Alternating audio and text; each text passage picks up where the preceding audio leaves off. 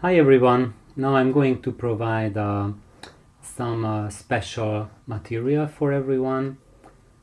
This is something that has been missing in the public domain, which is namely uh, operating parameters and designs for the Altec 515 drivers and 288 compression drivers. And that's something really big, and I think the audiophile community is really looking forward to that. But for those who don't know what that is, I'm going to give a little overview.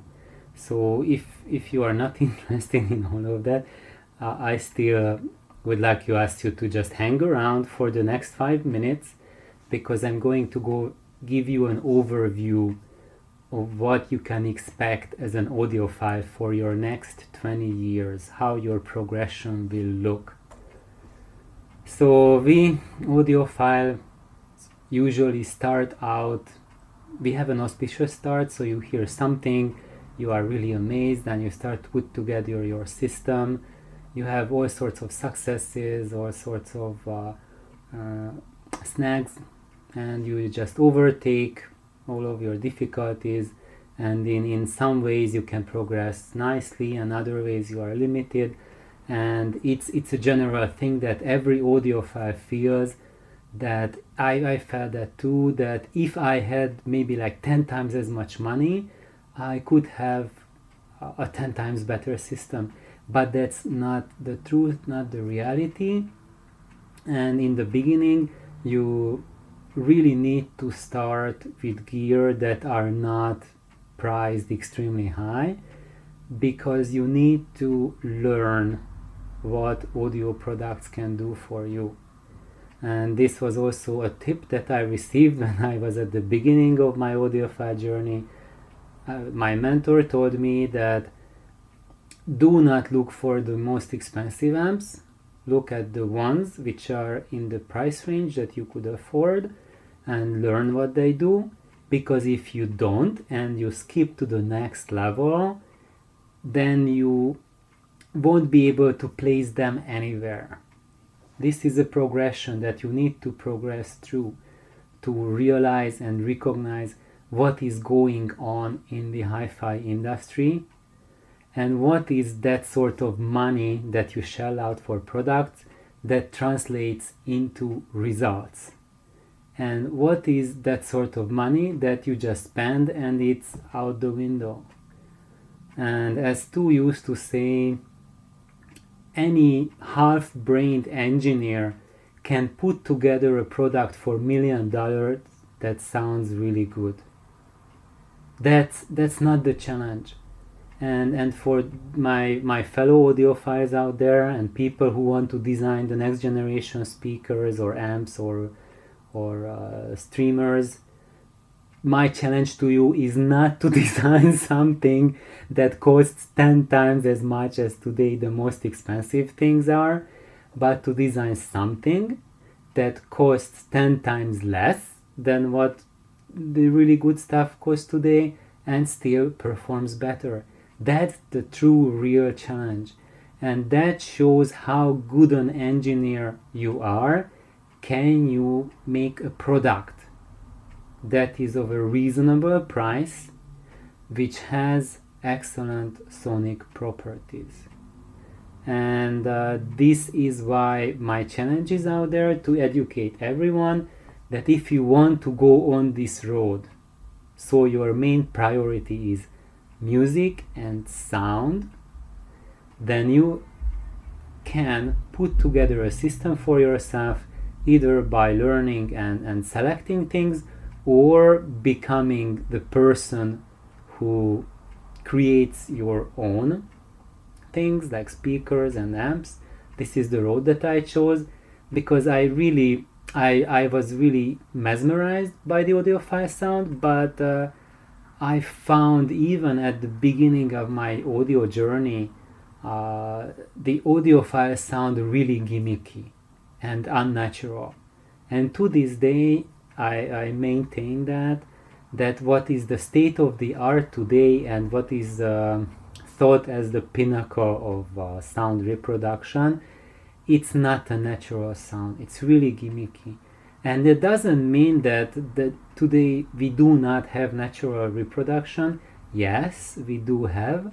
But if you progress towards mainstream, the state of the art, and which literally means you have to shell out bigger and bigger money every year because it's getting more and more expensive, then you are not getting more and more natural sound, you are getting a more and more processed sound.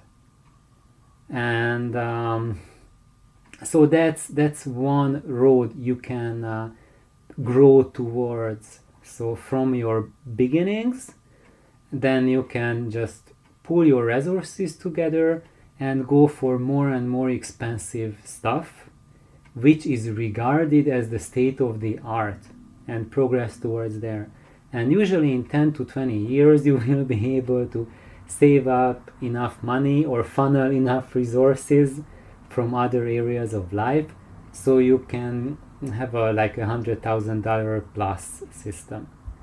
And if you do that in that way, that you are just following what the reviewers throw at you, you are following the media, you are following the absolute sound or stereophile or something, just go after the newest recommendations blindly, and you are in a compulsive behavior that you are constantly on edge and nervous that what else is out there. I might not have sonic perfection, but if I change that interconnect or I get that CD player, then everything will be perfect.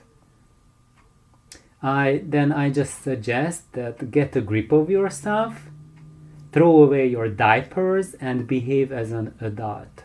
Adopt an adult mindset, because this road that entices you and promises that you are just one component away from perfection, this is pure BS. Because you will buy that component and then literally the next day they will throw another component at you. And 20 years have gone by, and during those 20 years, all the time you were worried sick about what you need to change to arrive to perfection. And you will never arrive there. And that's why this road often leads to burnout and boredom. So people just get bored of their stuff and they just sell their really expensive system, or they just don't turn it on anymore. You just realize that I'm watching TV all the time and I don't even turn on the system, or just listening to something from your cell phone, and you find more joy from your cell phone than from your $500,000 system. And that's not because there's something wrong with that $500,000 system. It's because something is wrong with the mentality that you got to that point. And the problem there is that you are focused on perfect sound, and there's no such thing as perfect sound. Because if you go to a showroom and you listen to a $1 million system, just invite a musician friend with you, a conductor, and he will tear it apart.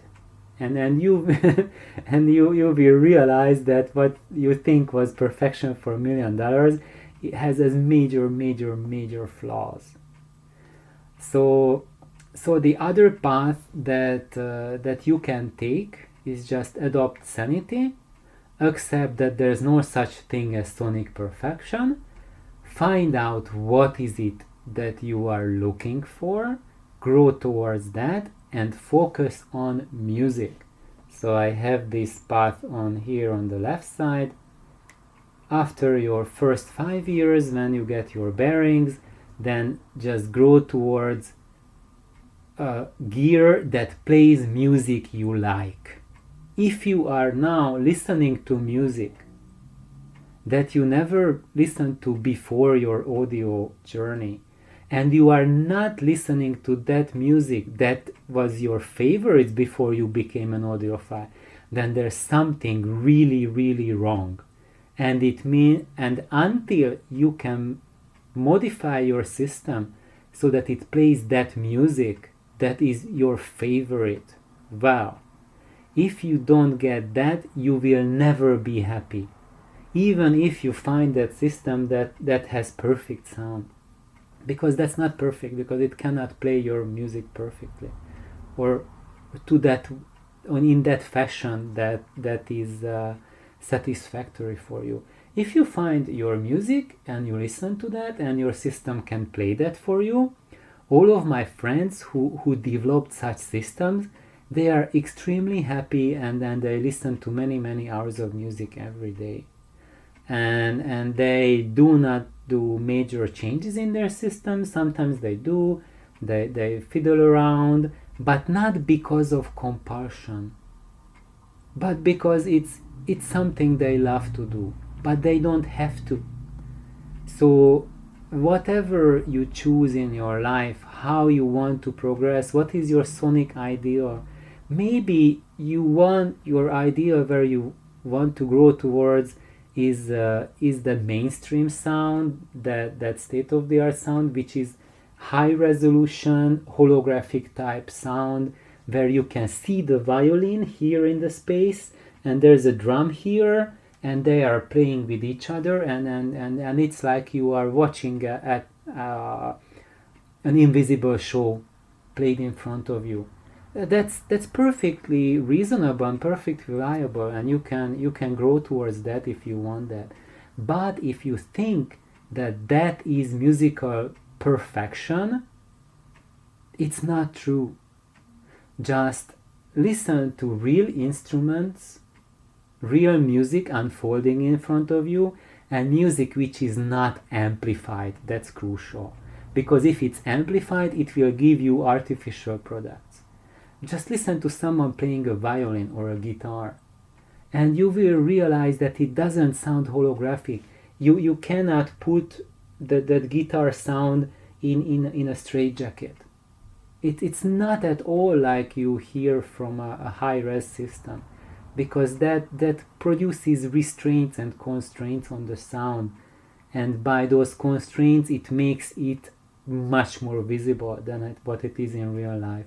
But it also contains the sound to a pressurized small volume. And in real life, music instruments produce a sound that project from the instrument, and they surround you. The guitar sound resonates in you. You are part of the sound. Same thing for violin and whatever. And today, most of the systems, most of the speakers, they don't do this. They separate you completely from the music. And this is part of why and how burnout happens, because you get separated from the music, you look at it from a distance and through a distorted mirror.